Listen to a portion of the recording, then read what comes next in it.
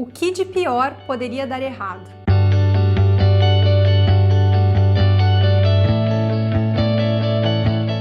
Quando você está muito preocupado, angustiado, sob tensão, ansioso, que você está com aquela mente acelerada, confusa, quando você tem uma situação também que você precisa resolver e você não está conseguindo, existe uma pergunta-chave que ela ajuda, que ela revela o que está por trás ali da situação e te dá um caminho para você sair então daquela preocupação, daquele problema.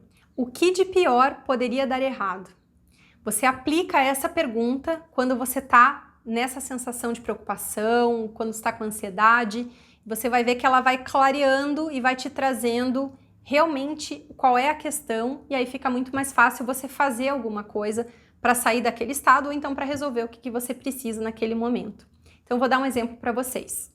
Vamos supor que você tem uma reunião, uma apresentação, alguma coisa aí que você vai presidir, que você vai expor, e você está muito preocupado, você está nervoso, está suando frio, até não consegue montar esse material, treinar, e você está com uma sensação, né, de preocupação, de angústia, de medo, enfim, muito grande, que está te tirando o foco. E, inclusive, você tem receio, né, de estar assim, um pouco mais perto até no dia.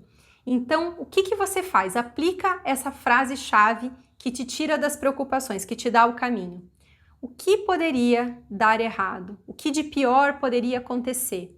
Então, nessa situação da apresentação, por exemplo, o que de pior poderia acontecer? Então, eu imagino a situação e eu vejo o que de pior poderia acontecer. Então, num exemplo aqui, eu poderia ficar muito nervosa na apresentação. E às vezes até eu posso repetir. E o que de pior poderia acontecer? O que poderia dar errado se isso acontecesse? Bom, se eu ficasse nervosa, eu não ia conseguir, de repente, passar o conteúdo, mas o que de pior poderia acontecer? Eu me sentir intimidada, me sentir julgada, enfim, o meu profissional ali ser abalado por conta do meu nervosismo, né?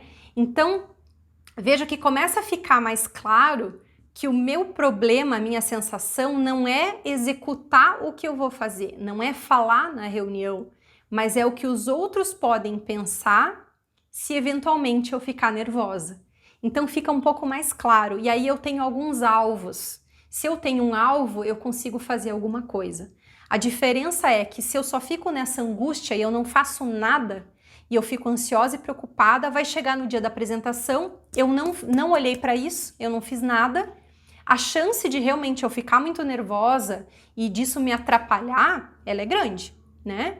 E se eu aplico essa pergunta, o que de pior poderia dar errado? O que eu temo que possa acontecer? O que de pior poderia acontecer? Eu vou ter um alvo.